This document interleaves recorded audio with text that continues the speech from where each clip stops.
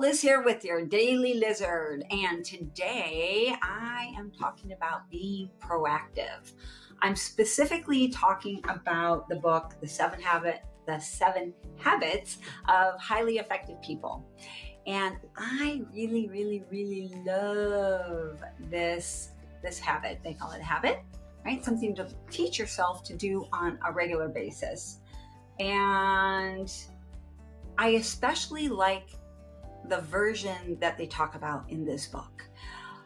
When you think of being proactive, a lot of times people are thinking, well, I'm just going to solve a problem before it ever happens, or I'm going to manage things before it ever happens, so that I don't have to deal with bad stuff.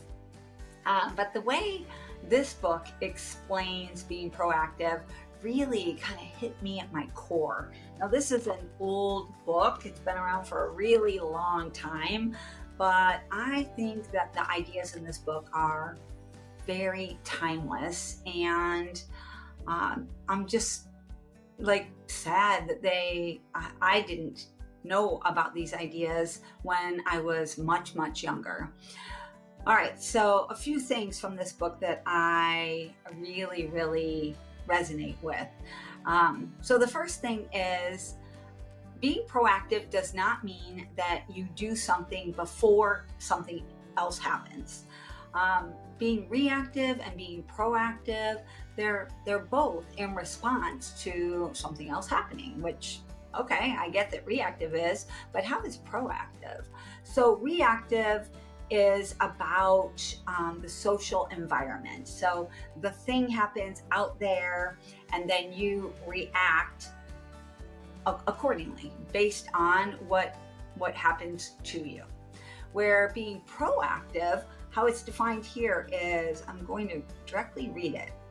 It says that you're still influenced by external stimuli, but you make a value-based choice or response. Very nice, right? So when you are acting reactively, and actually I'm gonna say me, when I'm reacting, then it is just based on emotion. Just this is how I feel, and this is my reaction. And I'm saying because this is a lesson that I have to work on constantly. It goes along with the same idea of, if you've heard the phrase amor fati. So I love this phrase.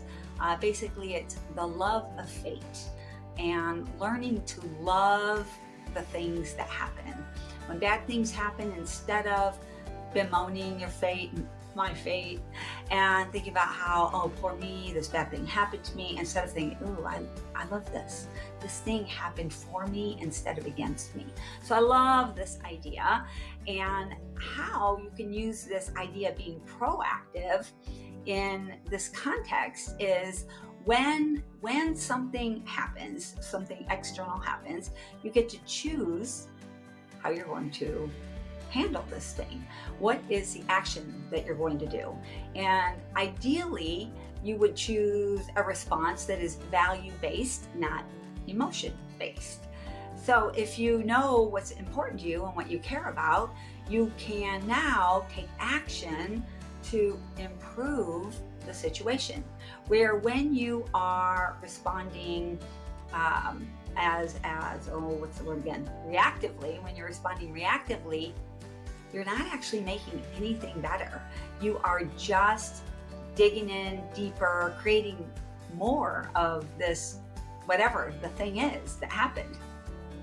So when you are responding proactively, you actually have opportunity to make this part of your life, your situation, better than it was before. All right, so an example for me that I really had to work hard on this with was when, so let me be clear. When I tell you this thing, at first, I didn't have it figured out back then, and I had to work on it.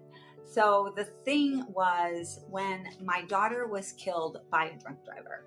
So this is a long time ago. It was back in 1978. And, I struggled with it for quite a while. And I'm not going to say that, I love it and I think it's great and all that. I'm not saying that, even though I just espoused amor fati, right? That the lover of fate. I do and have been able to figure out a way to love the response that I have been able to have due to what happened, and how I've been able to proactively manage myself and what I do since then. Now, for some of you that are hearing this, you're going to think, oh, yeah, that's probably why Liz doesn't drink. No, that's not why.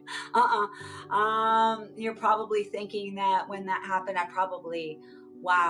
stopped drinking and driving. And no, I really wish I could say all of those things were true. Not true. Actually, I had to struggle a little bit, and I had to learn how to manage this and see it in a new light and with a new story, a story that could serve me instead of a story that could hurt me. All right, so I know I had a lot to say in here today, and this is a really long video, but I hope you're watching at like double speed, so it's going quicker, and I still do have your action for today.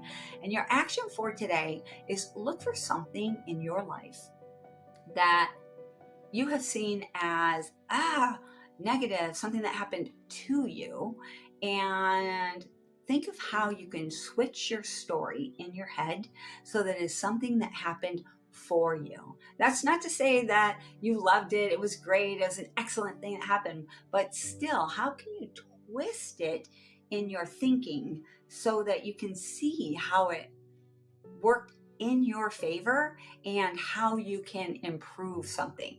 Ideally at work, something bad's going on. Oh, how can you look at it for your favor and create something amazing from that? Be proactive. All right, that's it for today, y'all. See you soon. Bye.